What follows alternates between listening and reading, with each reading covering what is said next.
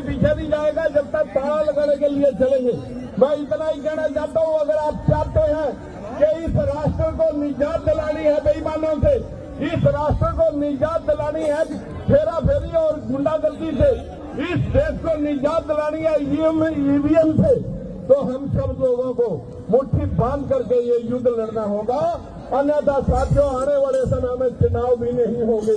अगर अब की बार 2024 में बीजेपी आती है तो चाइना की तरह कोई जरूरत नहीं पड़ेगी चुनावों की, कोई जरूरत नहीं पड़ेगी आपकी। इस संघर्ष को आप मुट्ठी बांध करके लड़ना पड़ेगा।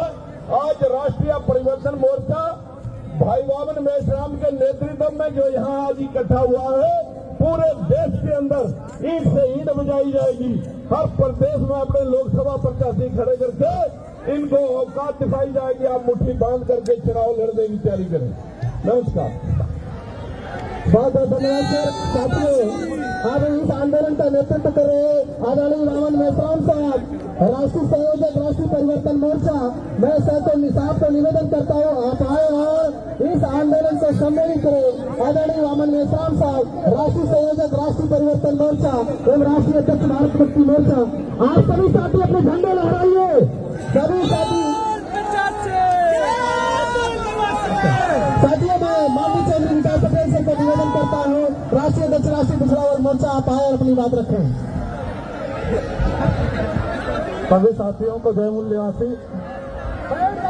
आज के इस आंदोलन का नेतृत्व कर रहे आदरणीय वामन मेश्राम साहब, तमाम सम्मानित संगठनों के पदाधिकारी कार्यकर्ता साथी, आज आप सभी लोग इतनी बड़ी संख्या में माननीय वामन मेश्राम साहब के आह्वान पर लाखों की संख्या में दिल्ली में आए हुए हैं और ये लड़ाई इतनी मजबूत हो रही है कि आपका टेस्ट बारिश भी ले रही है कि आप लड़ने वाले हो, भिड़ने वाले हो कि भागने वाले हो। ये टेस्ट बारिश ले रही है और आपने ये दिखा दिया कि हम भागने वाले लोग नहीं हैं, हम भिड़ने वाले हैं। तो इलेक्शन कमीशन कान खोल कर सुन ले और नरेंद्र मोदी भी ये नजारा देख ले कि अब ईवीएम इस देश में बचेगा नहीं। अब ईवीएम का क्रियाक्रम होना तय है, इसको कोई रोक नहीं सकता, ना तो ब्राह्मण रोक सकता है और न ही ब्रह्मा रोक सकता है, और इसको कोई नहीं रोक सकता, इसका क्रियाक्रम तय।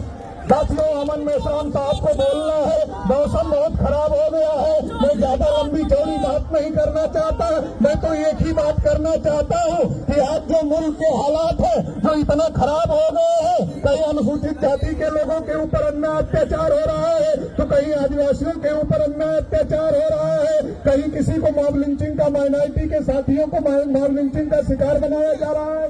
देश की जो सबसे बड़ी आबादी है ओबीसी, उसकी गिनती तक ये सरकार करने के लिए तैयार नहीं है। किसानों के खिलाफ काले कानून लाए गए, नौजवानों के खिलाफ काले कानून लाए गए, देश के अंदर मजदूरों के खिलाफ काले कानून लाए गए, शिक्षा से वंचित करने का कार्यक्रम चल रहा है, रोजगार से वंचित करने का कार्यक्रम चल रहा है।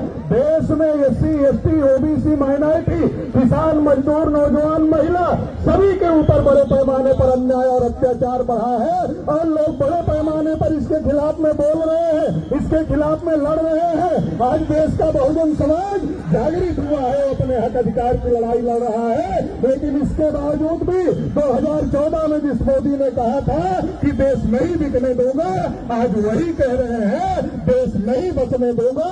कसम खा लिया है मोदी ने, देश नहीं बचने दूंगा।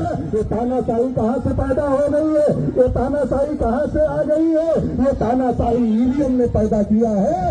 आज ये जो घमंड है आरएसएस बीजेपी का, आज ये जो घमंड है